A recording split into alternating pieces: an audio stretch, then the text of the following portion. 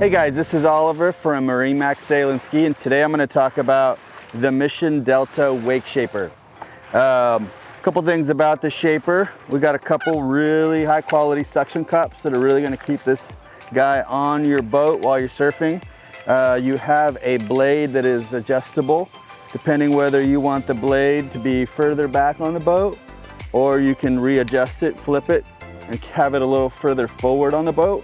Sometimes depending on what the shape of your hull looks like, you may want to suction cup it a little further forward, or sometimes your flat spot may be further back, and that's what would dictate how you adjust your blade.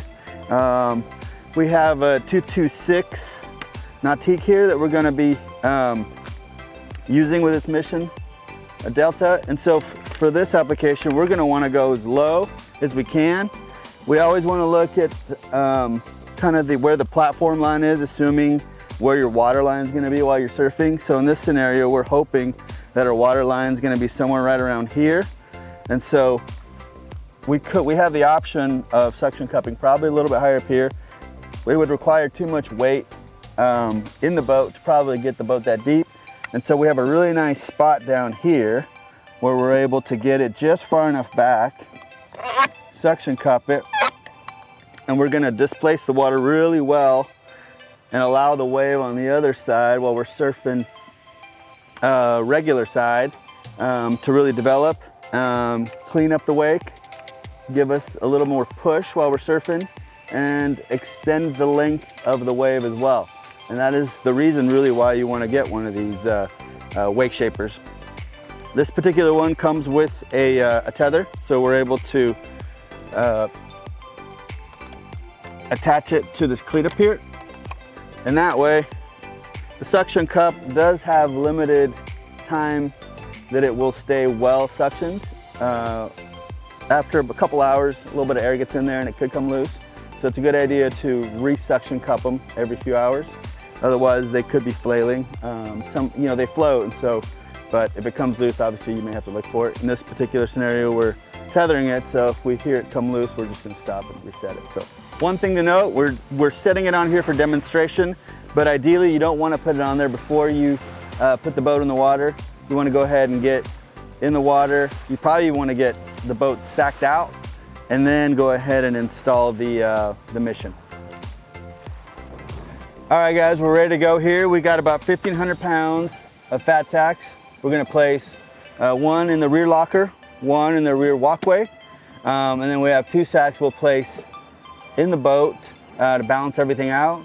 We got our fat sack pump, and then we'll put our Mission Delta in place when we're ready to surf. And then we've also have all the factory ballast full as well. All right, we got our sacks in place, so now we're going to go ahead and fill them up.